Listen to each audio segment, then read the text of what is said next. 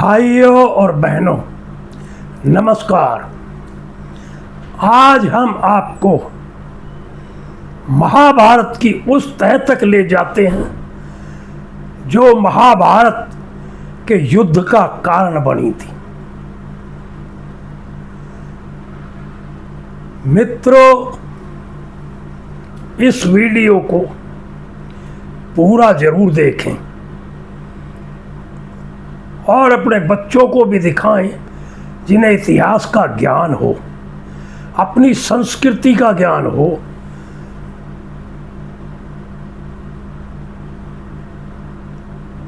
तो मित्रों, अब हम शुरू करते हैं महाभारत का मूल, जिसके कारण महाभारत युद्ध हुआ था। 18 अक्षौणी सेना मारी गई थी। इतिहास में इससे बड़ा युद्ध कोई भी नहीं हुआ। रामायण के काल में भी ऐसा भयंकर युद्ध नहीं हुआ, क्योंकि रामायण काल में तो केवल लंका के लोग मारे गए थे, निशाचर मारे गए थे। इस युद्ध में भारत ही नहीं, उस टाइम अखंड भारत था, विशाल भारत था। ईरान, आपका अफगानिस्तान, ये सारी एक सीमाएं थी, ये कोई अलग सीमा नहीं थी। ये सब भारत का ही अंग थे, क्योंकि गंधारी कंधार की थी और कुंती ईरान की थी। तो मित्रों, एक राजा थे सुधन्वा। वो आखेट खेलने के लिए गए थे। पहले ऐसा होता था कि आखेट खेलने राजा महाराजा जाते थे, उनके शिकारगाह होती थी, वहां वो महीने महीने भी विश्राम करते थे, रहते थे, शिकार करते थे। उनके साथ सारे साधन होते थे, सब कुछ होता था। तो राजा सुधन्वा शिकार खेलने को गए तो उनकी पत्नी महारानी रजस्वला हो गई। उन्होंने एक पक्षी पे राजा के पास संदेश भेजा कि मैं रजस्वला हो गई, कि वो राजा के संतान नहीं थी। राजा ने उसी पक्षी को एक दोने में रखकर अपना वीर्य भेज दिया। पक्षी जब उड़कर आ रहा था जमुना के ऊपर से, तो वहां एक दूसरे पक्षी से उसका युद्ध हो गया। दूसरे पक्षी ने सोचा कि इसमें भाई कुछ खाने की वस्तु है, मैं भी खा लूं। उन दोनों की लड़ाई में वो दोनों जमुना जी में गिर गया। जमुना जी में ब्रह्मा के श्राप से मछली बनी अप्सरा ने उसे निगल लिया। तो मित्रों, इधर वो मछली गर्भवती हो जाती है, और जब उसका पूर्ण समय होता है, गर्भावस्था पूरी होती है, उधर निषाद राज, एक निषाद जाल लेकर मछली पकड़ने को जमुना जी में जाता है, और जाल फेंकता तो जाल में वही मछली आ जाती है। घर लाकर उसका पेट चीरता तो उसमें एक बालक और एक बालिका निकलते हैं। निषाद ने सोचा कि यार, हमारे राजा बड़े धार्मिक किस्म के आदमी हैं, दयालु हैं, उनके संतान नहीं है, क्यों ना मैं उनको ही दे दूं। बच्चे बड़े सुंदर थे, क्योंकि वो उसी राजा के थे, उसी ने दोने में वीर्य भेजा था। कुदरत का खेल देखो कि उसी के पास वो निषाद उन बच्चों को लेके जाता है। राजा लड़के को रख लेते हैं, लड़की को उसी को वापस दे देते हैं। आगे चलकर उसी लड़के का नाम मत्स्य राज हुआ और लड़की का नाम मत्स्यगंधा, जो आगे जाकर सत्यवती के नाम से विख्यात हुई। अब मत्स्यगंधा धीरे धीरे जवान हो गई, अति सुंदर, बहुत ही सुंदर थी, यौवन से भरपूर। एक दिन पाराशर ऋषि अपना तप कर कर लौट रहे थे। जमुना जी के उस किनारे वो पहुंचते हैं। इधर निषाद खाना खाते होते हैं, उधर ऋषि आवाज लगाते हैं कि नाविक नाव लेकर आओ, हमें जमुना पार जाना है। अब निषाद खाना छोड़ता है तो खाने के भोजन का श्राप लगता है। भोजन त्यागना सनातन में भोजन के बीच में उठना पाप माना जाता है। सनातन धर्म में भोजन के बीच में नहीं उठा जाता। तो निषाद ने सोचा अगर मैं भोजन बीच में छोड़ कर जाता हूं तो इधर भोजन का छोड़ना ये भी शाप लगेगा भोजन का, और ऋषि को लेने नहीं जाता तो ऋषि शाप दे देंगे। उसको दुविधा में देख मत्स्यगंधा कहती है पिताजी आप निश्चित रहो, मैं जाती हूँ, ऋषि को मैं ले आती हूँ। वो नाव लेकर चली जाती है। उसे देखकर पाराशर ऋषि कामुक और हो जाते हैं उस पे, क्योंकि वो भी काफी दिन से तप करके आए थे, उस पे मोहित हो जाते हैं। तो उससे कहते हैं कि हे सुंदरी, मैं तुम्हारे साथ संभोग करूंगा। मत्स्यगंधा कहती है हे ऋषि, मैं कुंवारी कन्या हूं, दूसरे मेरे शरीर से गंध, मच्छी की गंध आती है। ऋषि ने कहा कि हम आपकी गंध को सुगंध में बदल देंगे और आप बच्चे को जन्म देने के पश्चात भी कुंवारी ही रहोगी। ये हम आपको वरदान देते हैं। और नाव चलते चलते जमुना के बीच से में आ गई है।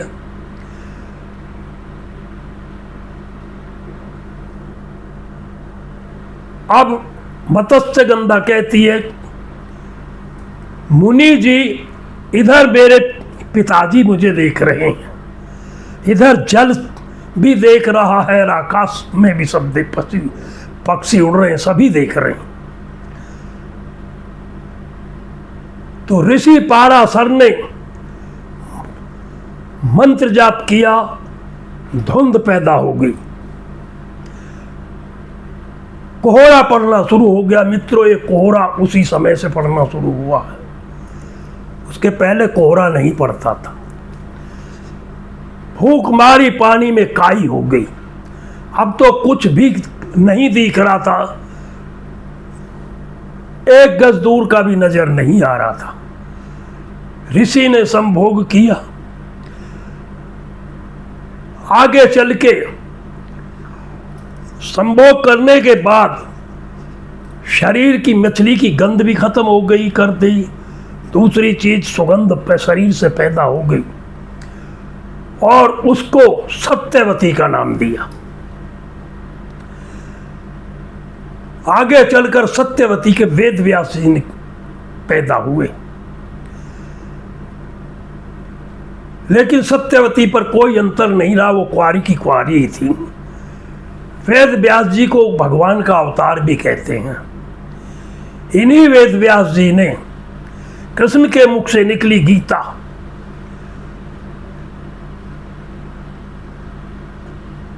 का नाम दिया। गीता वेद व्यास जी ने रची थी। कृष्ण के मुख से निकली हुई अमृत वाणियों को कागज पर समेटने वाले ऋषि वेद व्यास जी थे। चारों वेदों को लिखने वाले भी ऋषि वेद व्यास जी थे। लोग भगवान वेद व्यास जी कहते हैं, उनको भगवान का अवतार मानते हैं। अब सत्यवती की कहानी शुरू होती है।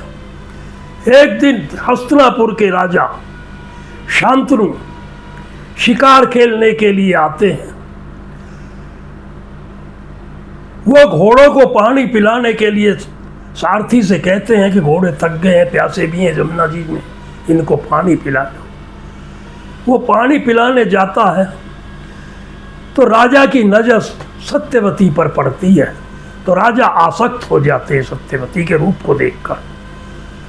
वो निषाद से कहते हैं कि मैं हस्तिनापुर का राजा शांतनु हूं, मैं आपकी कन्या से शादी करना चाहता हूं, विवाह करना चाहता हूं। निषाद बोला, महाराज कहां आप और कहां हम, आपसे शादी करके भी इसके बच्चे तो गुलाम ही रहेंगे ना, इनको क्या मिलेगा। मेरी एक शर्त है, अगर आप इससे शादी करना चाहते हैं, विवाह करना चाहते हैं, तो आप अपने पुत्र को युवराज पद से मुक्त कर दें। सत्यवती के पुत्र ही युवराज बने। राजा को बड़ी ठेस लगी, मैं देवव्रत को किस तरह युवराज पद से मुक्त कर दूंगा अपने इस शौक के लिए? नहीं, अपनी वासना के लिए मैं अपने पुत्र की बलि नहीं दूंगा। जो उसका हक है उसकी बलि नहीं दूंगा, ये उसका अधिकार है, मैं उसका अधिकार को कैसे छीन सकता हूं। राजा महलों में चले गए, राजा उदास उदास रहने लगे, खाना पीना भी छूटने लगा, बहुत उदास रहने लगे। दरबार में कभी जाते कभी नहीं जाते। देवव्रत ने बहुत पूछा, पिताजी क्या कारण है, क्यों परेशान हो, क्या चिंता है, लेकिन अपने पुत्र को शांतनु कुछ नहीं बताते। फिर एक दिन देवव्रत शांतनु के सारथी से पूछता है, बड़ी अनुनय विनय करता है, तो सारथी उसको सत्य बताता है कि इस तरह की बात है, मल्लाह की लड़की से इनको प्यार हो गया है।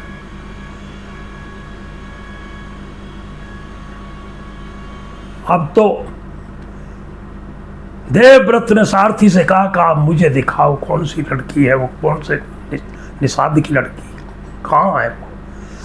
अब सारथी इनको वहां ले जाता है। देवव्रत निषाद के पास जाते हैं और उन्हें विनय करते हैं कि हमारे पिताश्री में क्या कमी देखी आपने, जो आपने विवाह के लिए मना कर दिया। निषाद ने अपनी बात रखी सामने कि मैंने इसलिए रखा कि आप युवराज हैं, तो मेरे बेटी के बच्चे तो युवराज बनेंगे ही नहीं, वो तो राजा के बेटे होके भी राजा नहीं बनेंगे ना।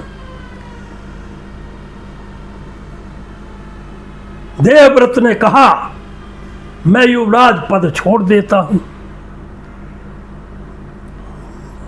आपके यही बच्चे, माता के बच्चे ही युवराज बनेंगे, वो ही राजा बनेंगे।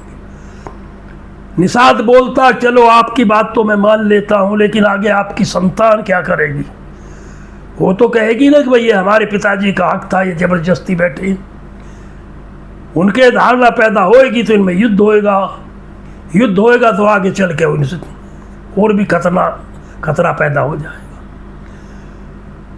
तब देवव्रत हाथ उठाकर घोर प्रतिज्ञा करते हैं कि मैं आजीवन ब्रह्मचारी रहूंगा, और जो मेरे पिता की गद्दी पर बैठेगा, मैं अपने पिता की छवि उसमें देखकर उसकी सेवा करता रहूंगा। ये मैं आज प्रतिज्ञा लेता हूं। गंगा पुत्र भीष्म, यही से नाम उनका भीष्म पड़ा। भीष्म प्रतिज्ञा लेने के कारण उनका नाम भीष्म पड़ा। अब वो सत्यवती को रथ में बैठा कर ले जाते हैं अपने पिता के पास के, पिताजी लो माता जी आ गई। राजा देख के सन्न रह गया कि ये क्या किया आपने, कैसे किया। तब सत्यवती ने सारी बात बताई कि इस तरह भीष्म ने प्रतिज्ञा करी, आजीवन ब्रह्मचारी रहने का व्रत किया। राजा को बड़ा दुख हुआ, ये पुत्र तूने मेरे लिए ये क्या कर दिया, ऐसा क्यों किया? एक स्त्री के लिए तुमने ये कर दिया, मेरी खुशी के लिए ये कर दिया। भीष्म बोले, पिताश्री, मैं आपकी संतान होने के नाते अगर आपका कष्ट दूर नहीं कर सकता तो फिर मेरा पुत्र होने का कोई महत्व नहीं रह जाता। राम ने तो पिता के वरदान के लिए 14 वर्ष का वनवास सहन किया था। यह तो बहुत छोटा सा काम है जो मैंने किया। तब शांतनु भीष्म को इच्छा मृत्यु का वरदान देते हैं कि पुत्र, मैं तुझे इच्छा मृत्यु का वरदान देता हूं, जब तक आप नहीं चाहोगे आपको मौत छू नहीं सकती। इस तरह इच्छा मृत्यु का वरदान भीष्म को मिला। आगे चलकर सत्यवती के 2 पुत्र हुए, चित्र विचित्र। भीष्म ही उनके लिए राजा की राजकुमारी लाकर चित्रांगदा और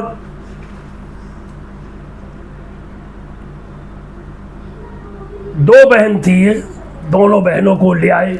इनकी शादी हो गई, विवाह कर दिया। विवाह करने के पश्चात उनकी अकाल मृत्यु दोनों की हो जाती है, तो उनका कोई पुत्र नहीं होता।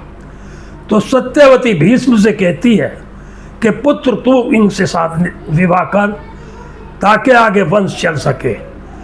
उसने कहा, माता जी ये तो संभव ही नहीं है, मैं प्रतिज्ञा भंग नहीं कर सकता।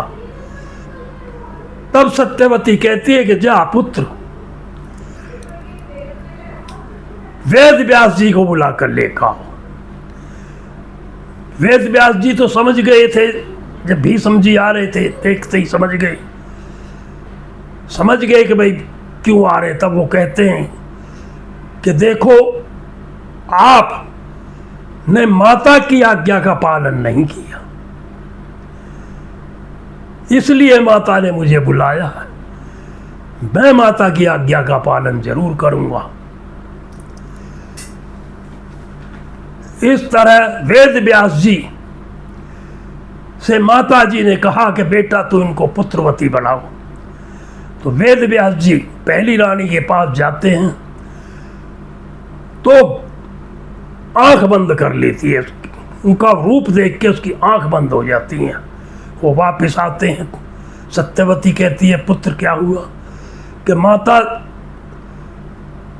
थोड़ी सी गलती ये होगी कि उसने आंख बंद कर ली, इसलिए पुत्र तो होगा, पहलवान भी होगा, ज्ञानी भी होगा, शक्तिमान भी होगा, लेकिन अंधा होगा। फिर उसने उन्होंने विनय करके छोटी रानी के पास भेजा। वो उनका स्वरूप देख के एकदम घबरा गई, पीली पड़ गई। वेद व्यास जी आए, सत्यवती बोली, बेटा क्या हुआ? माता वो भी घबरा गई।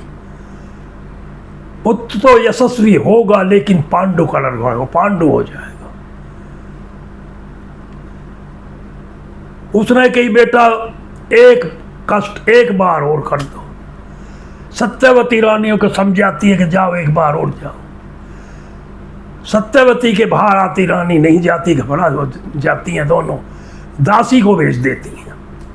दासी जाती है,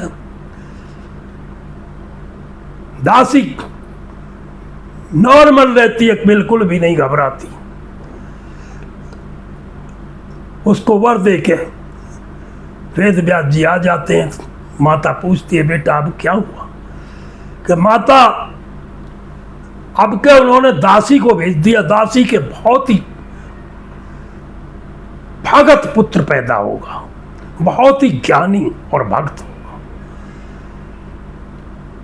सत्यवती अपने बोली का, भाग्य से तो कोई लड़ नहीं सकता बेटा, अब जो होना है वो तो होकर ही रहेगा। और उधर महलों में कह देती है कि दासी का पूरी तरह से ख्याल रखा जाए। आगे चल के 3 पुत्र महल में पैदा होते हैं। बड़ा धृतराष्ट्र अंधा होता है, छोटा पांडु जो पीला होता है, और तीसरा